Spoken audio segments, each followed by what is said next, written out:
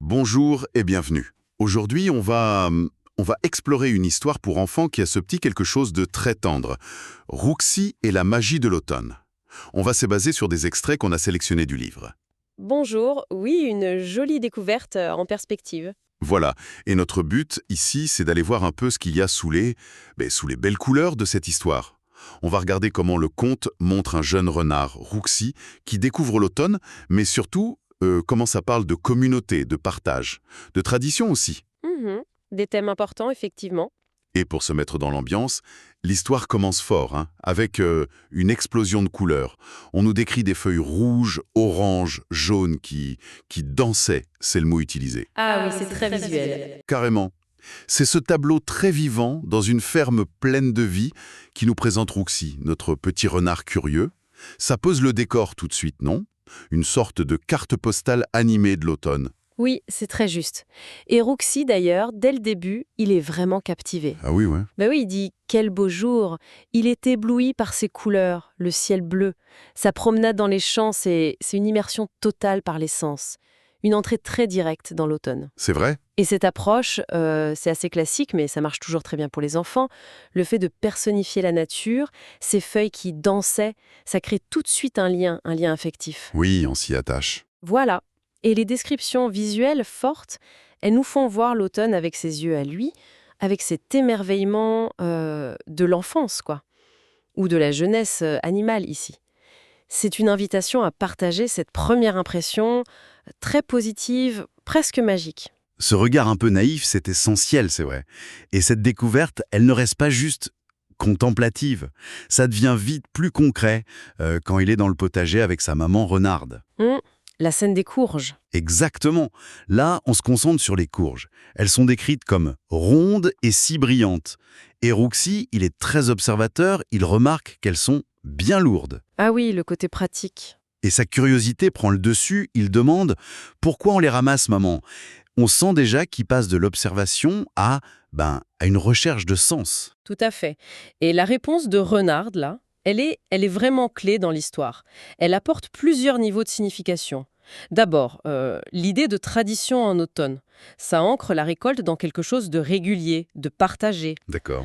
Ensuite, un but très concret. Préparer de bonnes soupes et des tartes. Ça lie l'effort et une récompense agréable, gourmande. Et enfin, elle généralise. L'automne est le temps des récoltes. Ça replace tout ça dans un cycle naturel plus large. Donc on passe de la beauté pure à l'utilité, au cycle de la nature.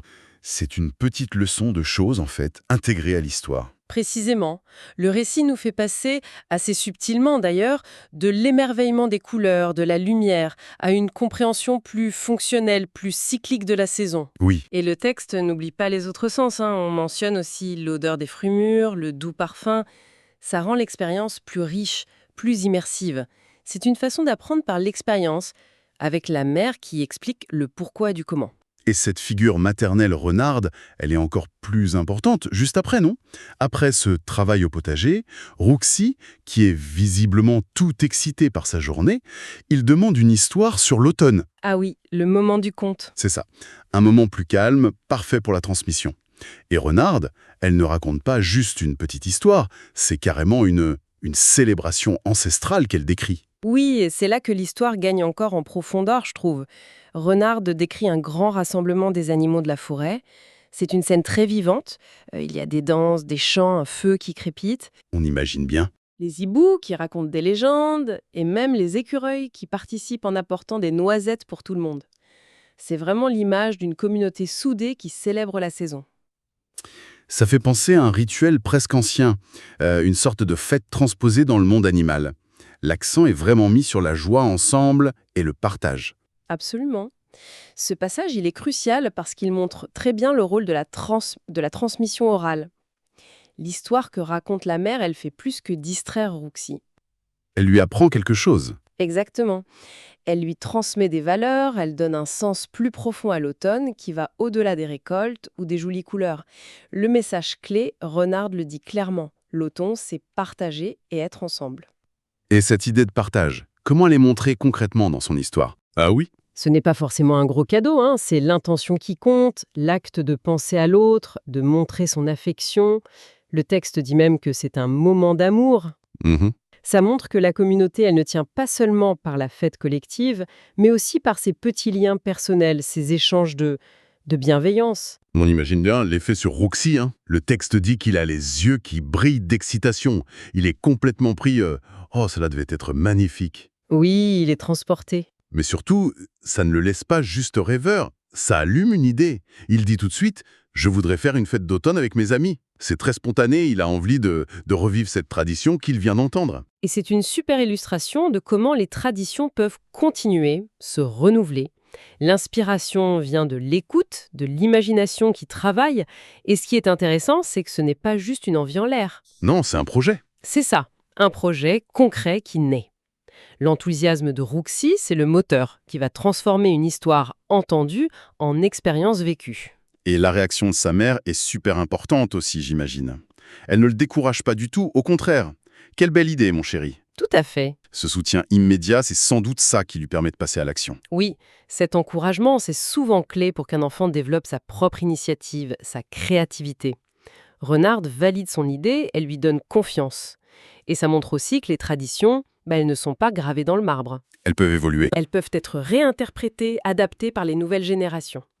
Roxy ne cherche pas à copier exactement la fête des ancêtres, mais à en retrouver l'esprit avec ses moyens, avec ses amis à lui. Et c'est exactement ce qui arrive. Dès le lendemain, hop, Roxy passe à l'action. Il invite ses copains, Benny le lapin, toujours plein d'énergie, Tilly la tortue, plus poussée, et Chip l'écureuil. Un clin d'œil sans doute aux écureuils de l'histoire de sa mère. Oui, sûrement. Et la ferme devient leur terrain de jeu pour les préparatifs. Et là, on voit la mise en application de tout ce qu'on a vu avant, l'organisation de la fête par Roxy, ça devient le point de rencontre de tous les thèmes. D'abord, la beauté de la saison. Le texte raconte comment ils décorent avec les feuilles colorées qu'ils accrochent partout. Oui. Et les courges de la veille, elles ont une nouvelle vie. Elles deviennent des lanternes brillantes. L'esthétique et le pratique se rejoignent. Et le partage alors, qui était si important dans l'histoire de Renard. Il est partout. D'abord, dans la nourriture. Roxy a fait des gâteaux en forme de feuilles. C'est sa touche perso, créative. Mignon. Et Chip, fidèle à l'image de l'écureuil partageur, il apporte des noisettes pour tout le monde. Ensuite, et c'est peut-être le plus important, le partage, c'est juste être là, ensemble. Passer du temps ensemble. Le récit insiste sur ce qu'ils font collectivement. Ils mangèrent, partagèrent des histoires, dansèrent et rirent. La joie, c'est clairement une expérience commune. Ce qui est intéressant aussi, c'est que chaque ami apporte quelque chose de différent, on dirait, au-delà de la nourriture. Benny, c'est son énergie. Tilly, c'est son appréciation de la douceur des jours d'automne. Chip, c'est sa contribution concrète. C'est une jolie image de ce qu'est une communauté vivante, en fait.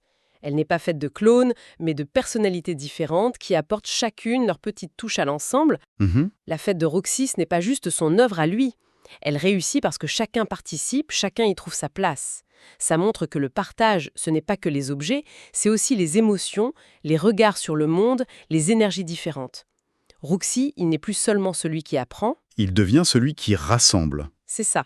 Il passe d'auditeur inspiré à acteur, organisateur. Il crée cette synergie. Et tout ça, ça mène à un moment clé pour Roxy, une sorte de synthèse de tout ce qu'il a vécu. Vers la fin de la fête, il regarde ses amis et il dit cette phrase, simple mais très profonde. « Merci d'être venu. L'automne est plus beau quand on est ensemble. » C'est comme si tout prenait sens pour lui à ce moment-là. Oui, c'est son moment de révélation, son épiphanie, si on veut. Il comprend que la magie de l'automne, qu'il avait d'abord frappé par les couleurs, les sensations, en fait, elle réside dans quelque chose de moins visible, mais de plus essentiel, le lien avec les autres. La connexion. La connexion, voilà. D'ailleurs, les amis sont d'accord, ils confirment cette idée. L'histoire boucle la boucle, on part de l'émerveillement individuel face à la nature, et on arrive à la célébration de la communauté au sein de cette même nature. C'est donc une vraie évolution pour lui. L'automne, ce n'est plus juste un beau décor ou la saison des récoltes, ça devient une belle occasion de partager des moments de joie avec ses amis, comme le dit presque la fin du texte. Exactement. La conclusion insiste là-dessus. L'automne est une période magique à vivre ensemble. La magie, elle ne tombe pas du ciel, elle est créée par les interactions, par le partage, par l'envie d'être ensemble. C'est une leçon assez mature, finalement, pour une histoire pour enfants. Oui, c'est vrai. Ça suggère que la valeur qu'on donne aux choses ici, une saison, dépend beaucoup de comment on les vit avec les autres. Alors, si on essaye de résumer un peu le parcours de Rouxy, il commence par une appréciation très sensorielle, presque instinctive, de la beauté de l'automne. C'est ça. Puis, avec sa mère, il découvre le côté pratique, traditionnel de la saison. Ensuite, une histoire sur le partage ancestral l'inspire. Et il décide de passer à l'action, d'organiser sa propre fête. Il devient acteur. Et c'est dans cette expérience partagée qu'il comprend enfin que le vrai truc magique de l'automne, c'est la chaleur des liens qu'on crée ensemble. C'est un beau petit chemin initiatique en somme. C'est une excellente synthèse. Et ce cheminement, même s'il paraît simple, il soulève des questions intéressantes qui vont au-delà du livre pour enfants, je pense. Par exemple, ce récit montre de façon très charmante l'importance des rituels saisonniers, même tout petits. Comme la fête de Rouxy. Oui, préparer un repas spécial, décorer un peu chez soi, se retrouver entre amis ou en famille. Ces gestes-là, ils ne sont pas anodins. Ils rythment notre temps, ils créent des repères, ils renforcent les liens sociaux. Et ils nous aident à nous sentir connectés au cycle de la nature, d'une manière plus vécue, plus incarnée. Vous pensez que même pour nous, aujourd'hui, dans nos vies modernes, parfois un peu déconnectées de ces rythmes-là, ces petits rituels gardent cette fonction? J'en suis convaincue. Peut-être même qu'ils sont encore plus importants aujourd'hui, justement.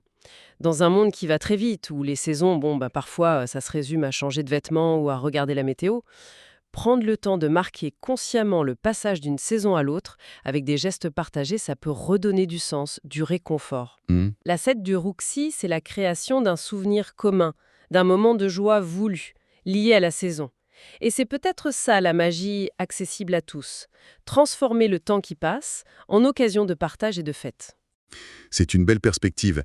Et l'autre point que vous aviez mentionné, c'est la force de ce genre d'histoire pour transmettre des valeurs. Ah oui, absolument. Il ne faut jamais sous-estimer l'impact des histoires pour enfants.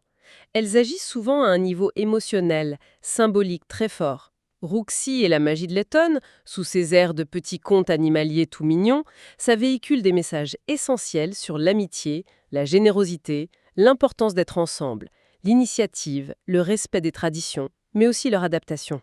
Tout ça en une seule histoire. Oui, et ça le fait sans jamais être lourd, moralisateur.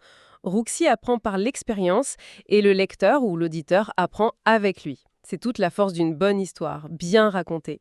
Une belle leçon de vie, c'est vrai, emballée dans les couleurs chaudes de l'automne. Voilà qui termine notre exploration de Rouxy et la magie de l'automne, un récit qui nous rappelle simplement que si la beauté d'une saison peut nous émerveiller, sa vraie richesse, c'est peut-être la chaleur des liens qu'on y tisse, qu'on y renforce. Une invitation à créer nos propres petites magies d'automne, ensemble. Merci de nous avoir suivis dans cette discussion. Merci à vous. Merci de savoir regarder cette vidéo. On se retrouve très bientôt pour une nouvelle aventure et une nouvelle leçon à retenir. D'ici là, prenez soin de vous et à très vite sur Leçon douce. Au revoir les amis, que vos rêves brillent comme les étoiles et que chaque demain vous apporte une nouvelle aventure magique. À très bientôt.